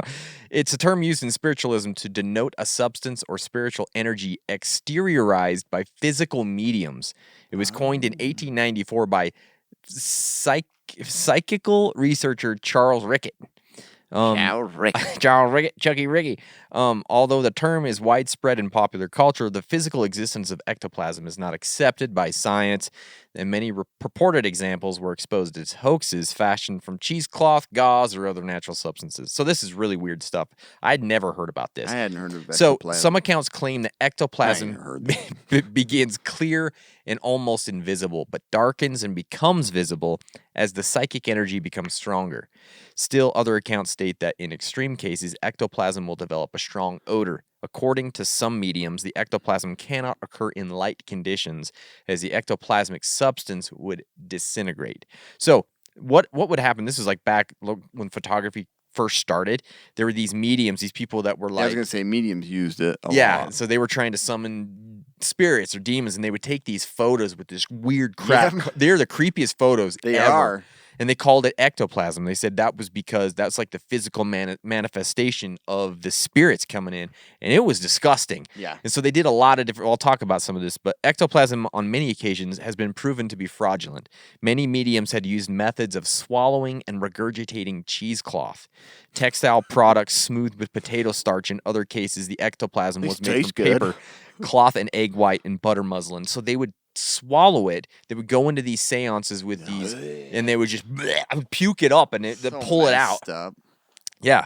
There's quite a few pictures if you go online to see it There's a ton. of like old fashioned Yep. Ooh, gross. In the early 20th century, the physical Is that cheesecloth? psychical researcher Albert von Schreckennotzing Von Schrecken. von Schreckennotzing investigated the medium Eva Carreri and claimed her ectoplasm materializations were not from spirits, but the result of ideoplasty, in which the medium could form images into ectoplasm from her mind.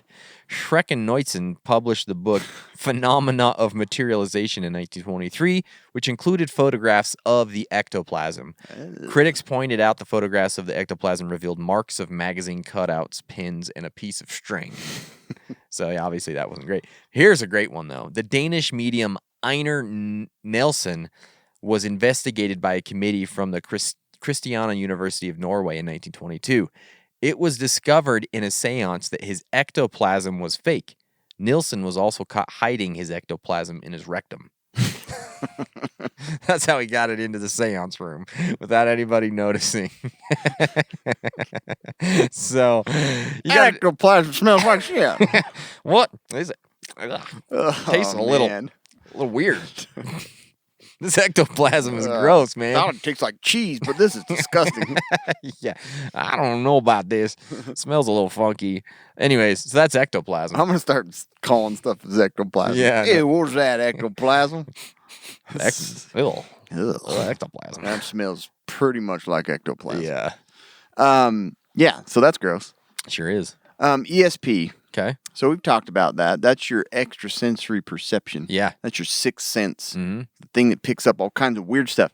There's a lot that goes into the extrasensory perception, that can be mind reading. Yeah. It can be like sensing different things. You can be the only one seeing with your sixth sense. Of spirit. course. Yeah. That one happens a lot. That one happens a lot. Yeah. So, and we've talked about this with like people that study, see UFOs. They've got that extrasensory perception. Yeah. A lot of times, the ones that see the UFOs are they're ESP dialed in. They're the special ones. They are the special ones. So, just real quick, I'm just going to go over some stories about Okay, great. people that felt like they had ESP. First one. In 7th grade during class at school, I could hear my mom having an argument at her work 7 miles away, but only her voice. Wow. I asked her about this later that day, even telling her some of what I heard, and she said that had happened to her, and she never mentioned it again. What? I've never had another episode like this and wondered about the randomness of the occurrence as much as anything else. Wow. So he had ESP that day and listened to an argument. That's pointless crazy. ESP. Yeah. Another person said, sometimes I called my mom in my mind and she would come. That's an awesome one, That's man. an ESP. It's just like your mom comes all Moms, the time. sometimes I feel I know. like they have ESP. They have a little They bit like of something. They got a little ESP. It's like, ooh, something's I going know on. he's doing something wrong. Oh, that little prick going down. I have a feeling he's not at school. Yeah. Here's another story. I woke up in the middle of the night and sleepily went to open the basement door without knowing why. Why would The you do silent cat walked out. He had beamed me the info that he needed to get out while I was sleeping. that? ESP with a cat. ESP connection to the Oh, cat. That's awesome. Okay. Here's Yeah. another ESP. This happens several times a week. I'll be going about my day, driving around, sitting in class, just doing whatever, and I'll think of an event in an episode of a TV show or movie. Sure. I'll go home later that night, and sure enough, it'll be that episode or movie on TV. I've actually had that happen to me before, I precognition. guess. Yeah. Here's twin telepathy. Okay. So twins, we all know, are weird and are connected. We gotta in some kill weird them way. all. They're just too freaky. Natural cloning. You having twins? You gotta go move to Australia or something. Yeah, they're creepy. Yeah. Super creepy. It made The Shining Oh. twice as creepy. Come and play with us, there. Red rum. Yeah. My twin and I used to feel each other's pain. Once I'll as feel your a pain. toddler, I had a fever but showed no symptoms and was running around playing. My twin, however, had symptoms but no fever and was lethargic and crying. Oh my I God. love this doctor. When my mom called the doctor to ask his opinion, he said, I don't know who to give the medicine to, so just give it to both of them. That's awesome. Those are all ESP. Yeah. So anyways, that's ESP. That's awesome. I like that. So I also want to talk real quick about Indigo Children. Oh yeah, this So- is weird. Yeah, this is really weird. This is a hippie name. Yeah.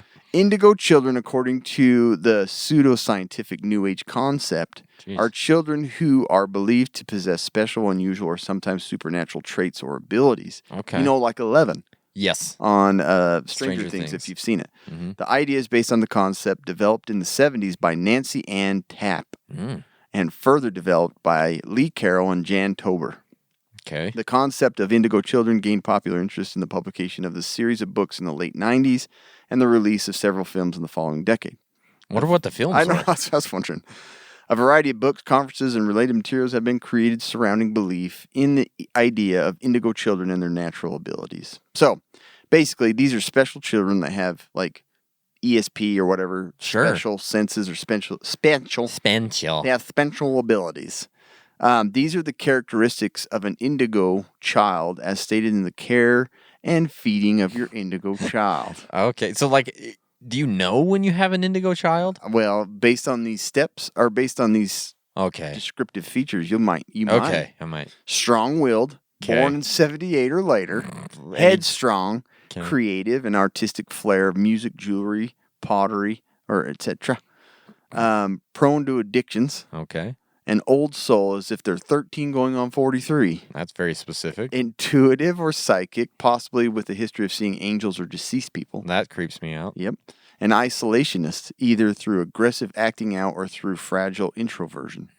Independent and proud, possess a deep desire to help the world in a big way. Cool. Wavers between low self-esteem and grandiosity. All right. Bores easily. Yeah, I got those. Has probably been diagnosed or having ADD or ADHD. Okay. Prone to insomnia, restless sleep, nightmares, or difficulty, fear, or falling asleep. Okay. Has a history of depression, even suicidal thoughts or attempts.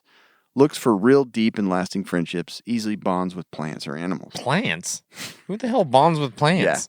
Indigo children who take Ritalin or other psychotropic drugs soon lose touch with their intuition, psychic abilities, and warrior personality. Yeah. These children were sent to Earth with these 3 spiritual gifts for the express purpose of cleaning up our planet, environmentally and socially. The care and feeding of your indigo child. So, That's interesting. what would an ideal indigo child's world look like? Okay. Free from harsh chemicals. That's bad. Food would be organically grown. Education would be for all children So and is would this have like- much greater say in their educational future or curriculum. Just hippies then? Yes. That's what we're saying? Families would mean whom you are with at the time. Doesn't matter. Okay. Our political system would be truly greater, good for all, and democratic or even socialist. Of course. All countries and all people would work together to be better for the better lives on the entire planet. Nature and her needs would come first, including clean air and soil. Okay. Children would be treated with respect. All people would be equal no matter the race, color, sex, and creed. Sounds great. So this is indigo children. Okay. So what does Reddit say about indigo children? If by are they real, because somebody asked, are Yeah. indigo children real? Do hippie liberal white women with healing crystals have poorly disciplined children they make excuses for? Because if that's what you mean, then yes, they're That's real. exactly what I was thinking. Yeah. Yeah. Another one, another one said, 47, I was diagnosed with ADHD as a child. You know how my mom fixed that? By not letting me do what I wanted and disciplining me, spanking me, and grounding me when I acted like a little dickhole. Indigo child my ass. Yeah, it seems like a little bit of a. It's not really paranormal, but it's just weird. Yeah. Right? It's like, basically, I'd read too, it's like these kids have special needs Yeah. or autism or something, and they give them this like glorified name of Okay. indigo children. Because unfortunately, there's like kind of a bad Yeah. name that goes along with autism. and Sure. everything. Yeah. So it's like, We're gonna if they're call them indigo autistic, children. the indigo's the positive side of it, Okay. which sucks. It's just Sure. how it is, though. But, Weird. Okay. But I read that website and I was like, wow, that's over the top, Yeah. over the top hippie. Yeah. Have you ever heard of 14 phenomena? No, Okay. I'm going to tell you about it. like when you turn 14. Yeah. That's It's a lot weird. like You turn all yeah, weird. Your start body's getting all weird. stinky and get hair in weird places. It's 14 phenomena. Paranormal. Yeah. 100%. Dad, is this paranormal? I think I got a little bit of 14 phenomenal, Dad. Sorry about that. Don't pick up that sock. I woke up with paranormal going on in my pants. Help me. Need an exorcism. Charles Hoy Fort. All right. Born August 6th, 1874. Was an American writer and researcher who specialized in anomalous phenomena. The terms 14 and fortina are sometimes used to characterize Fortina. various such phenomena. Examples of the odd phenomena in Fort's books include many occurrences of the sort variously referred to as occult, supernatural, and paranormal. Reported events include teleportation. He was the guy who was credited with actually coming up with the word teleportation, which is kind of cool. Falls of frogs, fishes, and inorganic materials. I'm going to talk about that in a second because that was That's what? super, what? Yeah, spontaneous human combustion. Ball lightning. We talked about ball lightning. He came up with that. Yeah, which that's is crazy. Weird. Poltergeist events, unaccountable noises and explosions, levitation, unidentified flying objects, unexplained disappearances, giant wheels of light in the oceans, and animals found outside of their normal ranges. Wasn't this Skinwalker Ranch? Kind of. So I wanted to talk about falls of frogs, fishes, or inorganic materials because I was like, what the heck? Yeah, what is that? A rain of animals is a rare meteorological phenomena in which flightless Little raining animals... cats and dogs? Yeah. Kind of like that? In which flightless animals fall from the sky. What? Such occurrences have been reported in many countries throughout history. One hypothesis is that tornadic waterspouts sometimes pick up creatures such as fish or frogs and carry them for up to several kilometers. However, this aspect of the phenomena has never been witnessed by scientists. So, rain of flightless Nobody animals... smart has seen this. Yeah. Rain of flightless animals and things have been reported throughout history. In the first century AD, Roman naturalist Pliny the Elder...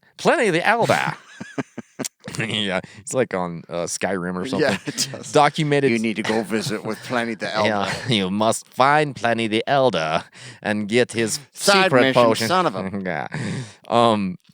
He documented storms of frogs and fish.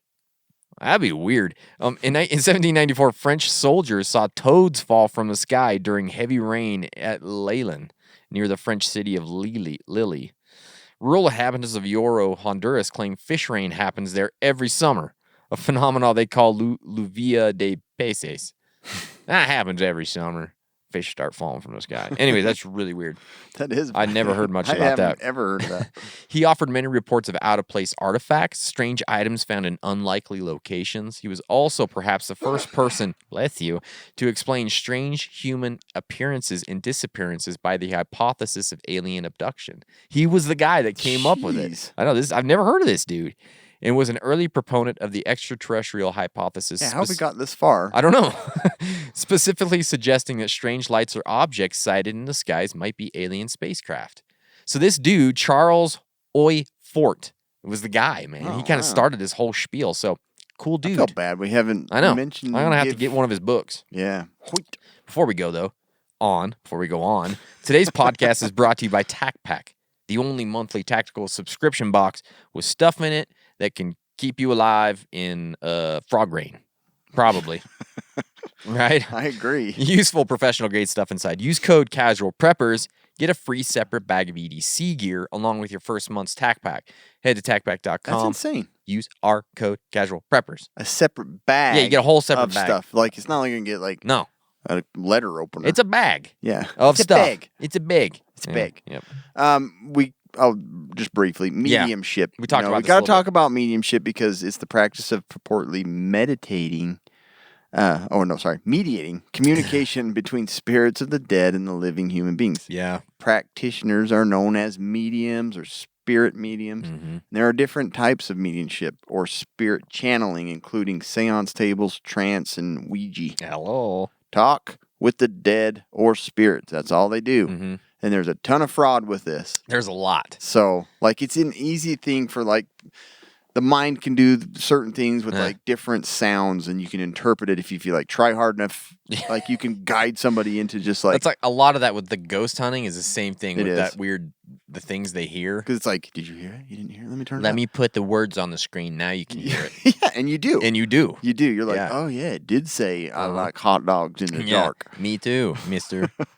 So, anyways, mediumship, obviously a huge paranormal thing because they communicate with the dead, tell people, you know, I'm your grandpa and I'll miss you. I remember that mole on your back. Goodbye. Goodbye.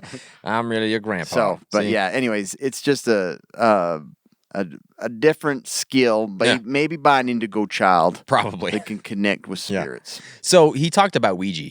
And so I want to talk about Ouija. Okay. We're going to talk about that real I quick. did. The Ouija, also known as a spirit board or talking board, is a flat board marked with the letters of the alphabet, the numbers 0 through 9, and the words yes and no occasionally, hello and goodbye, along with various symbols and graphics. You guys know what a freaking Ouija board is. If you don't, get a life. The board with emoji icons on them. Yeah, that. It has Smiley face. It has that movable indicator to call it the planchet, and it goes out and spells out messages during a séance. Who hasn't heard of one of those? Yes. And been like, I ain't doing that. I've never actually used one. Me either. Because I think my mom probably would have killed me if I did. Same. But Your mom would kill me. my mom would definitely kill you. Participants place their fingers on the planchet and is moved around the board, spells words, freaks people out. Yeah. Good time on the weekend. Get out. Yeah, get out. Spiritualists in the United States believe that the dead were able to contact the living and reportedly use the talking board very similar to a modern Ouija board at their camps in the U.S. state of Ohio in 1886 to ostensibly enable faster communication with spirits. So that was kind of where it was Like born. at a table? Yeah. Is that what it was? Mhm. Following its commercial introduction by businessman Elijah Bond in Milton Bradley. well, it's owned by Hasbro now. Is it? Uh-huh.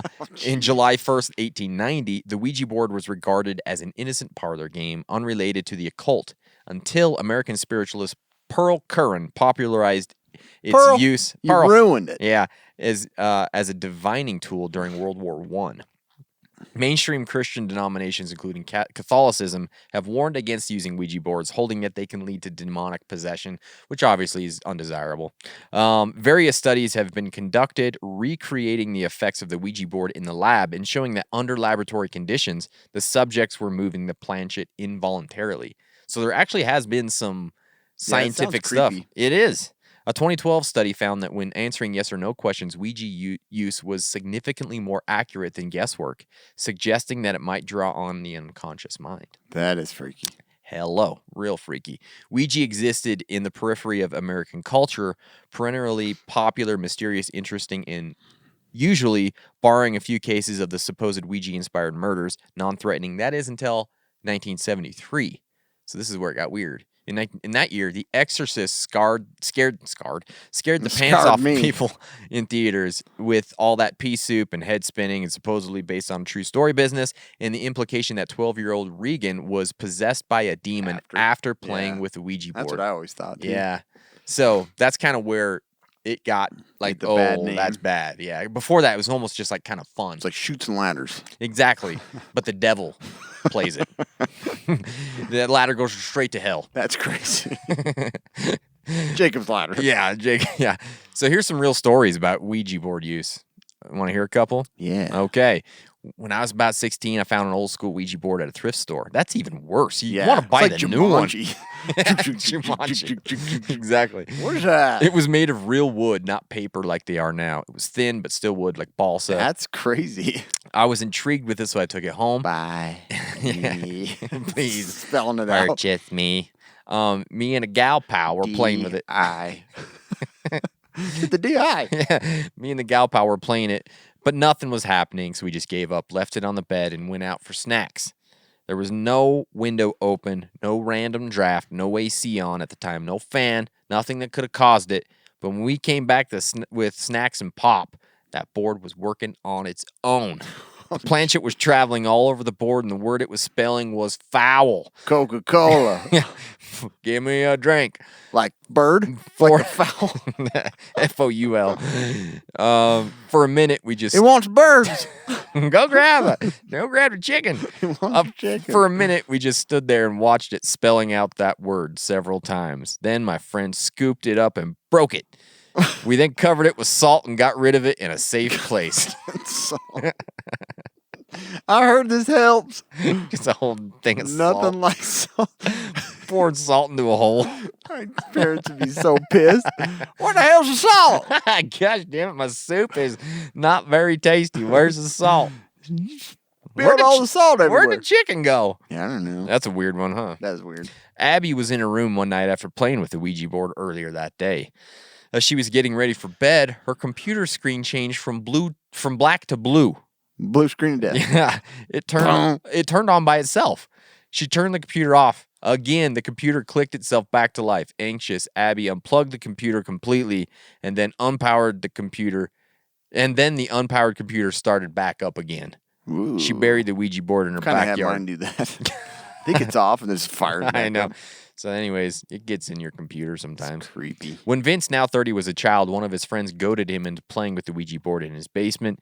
You just don't want to give in to friends like that. Young Vince didn't expect anything out of the ordinary to happen, so he went along with it. Once they started to play, however, the lights began to flicker. The air around them grew cold. Yeah, And a spirit began to communicate with them through the board. The spirit spelled out a Russian name and claimed he had been murdered. We took a break to make some pizza rolls, Vince said, but we forgot. What's that saying? I'm hungry. Shit, I need some pepperoni. This is getting good. This is getting good. I want snacks. Took a break. Mom, make us some pizza rolls. You killed somebody? Hey, let's go get some pizza rolls. Before we hear the rest of the story. But we forgot to close the spirit's circle. like, son of Every stupid damn kids. I time. try to get into the. I don't know what an opener would be. Yeah. Maybe keep them. How do I keep them hooked? I don't know. I thought murder would keep them here. I don't know. Don't eat pizza rolls. But we forgot to close the circle when we were gone. So if you're new to Ouija board stories, that's a giant no. You got to make a close the circle. circle? Oh, hell, I don't know. I didn't read everything. After returning to the basement, the energy was much heavier, and books and things were sprawled out on the floor, and yet the board remained perfectly still in the center of the room, just how they had left Well, it. he's pissed because he I know. didn't want to solve the murder. Upon looking at the mirror that we had nearby, the eye of the Ouija board was moving sporadically in its reflection. Ugh. Hell, A wow. reflection. A reflection. A refraction. Holy cow, reflection. Holy cow. Oh, where'd that pizza roll? Roll. Whoa. Anyways, that's the Ouija board. That's a creepy one. Yeah. I love that they interrupted it. With pizza rolls. I'll tell you who killed JFK. Let's go get some pop. Hold on. I'm I don't hungry. want any of this. Then last but not least, psychokinesis. Hello. So, psychokinesis or telekinesis is an alleged psychic ability allowing a person to influence a physical system without physical interaction, like moving furniture. It's been too long. Ain't moving furniture. Look at that, son. He's moving furniture. Or using the Force, Jedi Force. We know we've seen this. In popular culture, psychokinesis Kinesis. and telekinesis have commonly been used as superpowers. Like in Stephen King's novel of Carrie. Yeah. Then you got Jedi, Sith. They both use telekinesis. Yeah. You've got Matilda, Stranger Things. Stranger Things. Full show. Yeah. Silver the Hedgehog and Sonic the Hedgehog. They have telekinesis? I guess so. And then Shin Seokohoin or whatever. Psychokinesis. Anyways. Okay. So, long story short, all the really specifics behind it's basically like bending things with your mind. Like the spoons and stuff? Moving furniture. Furniture moving. There have been claimants of psychokinetic ability throughout history. Angelique Coton. It's Angelique. Okay. Is that how you spell it? It is how you spell it. Angelique Oxycontin, known as the Electric Girl of France, was an alleged generator of psychokinetic activity. Cool. Her family claimed that she produced electrical emanations that allowed her to move pieces of furniture and scissors across the room. Furniture and scissors? Yeah. That is the limit. Can to what only she move those two. Chairs and scissors. By the way, we're starting a new business. Furniture Scissor Moving Yep. Company. A movement in the direction of the object thrown and afterwards away from it, but the movements were so rapid they were not usually detected. So it's like, pfft. Oh, yeah. Spiritualist mediums have also claimed psychokinetic abilities. And this is always showing they can like levitate a table and they're like, spirits, they're talking to us. The scissors are spinning around. Look at the furniture. Yeah. Look at the furniture spinning. Many of India's godmen have claimed macro PK abilities and demonstrated apparently miraculous phenomena in public, although as more controls are put in place to prevent trickery, fewer phenomena are produced. That makes sense. Yep. So, metal bending, spoon bending. Uri Geller, right? Yeah, was famous for his spoon bending demonstrations. Psychics have also claimed the psychokinetic ability to bend metal. Uri Geller was famous for spoon bending demonstrations alleged by PK. Geller has been caught many times using sleight of hand. And according to science writer Terrence Hines, all of his effects have been recreated using conjuring tricks. Conjurer. Yeah. So, there's some actual stories. Oh. Online, I looked at Reddit, and this kid said, "Hello, I am just now beginning telekinesis, and if anyone could comment, it would be helpful." So, I'm 13, but I was sleeping, and something in my head came up when I was 9. Wait, what? So in 13, I don't know what that is. I woke up at like 1 a.m. and when I was 13, I was thinking I was 9. I woke up at like 1 a.m. and I had read a little bit about telekinesis and I saw a bluish water ball in my hands and I immediately freaked out and it disappeared. Any help? And gosh. That's the only one I could find. Did he No leave? one else could explain their own personal experiences with Wow. psychokinesis. Dang. That would be a cool one. That's literally like the Force. Every that's what it boy's is. dream of like, lifting an X-wing. For sure. That's psychokinesis. Yeah. Wow. Furniture, scissors, practice on scissors. Phone There's a show. couple of them that are pretty funny. They talked about like the one story on Reddit. This kid had said he's like, let me pull it up here. He said, "Get out of here, Man, Reddit has stupid got ads." the weirdest stuff, dude. Continue, return, cancel. Telekinesis. Anyways, he was like, I haven't been able to move large objects. I've only been able to move like paper clips and small paper. And somebody's comment was like, hell, you can move paper? It's like, that's more than anybody else. Anyways, that's pretty Reddit good. has such Oh weird my gosh, stuff. man. But anyways, that is That's paranormal. That's a lot of weird crap. That is a lot of weird crap. Yeah. Fell apart at the end there, but hey, Yeah, that was great. you That got was the great. rest of it. Well, Move your phone up too. yeah. What? I'm here to help you move your phone up too. Yeah. Phone with Joe. All right. Thanks, guys. Appreciate you guys listening. Appreciate you guys subscribing. We love you all and stay survived.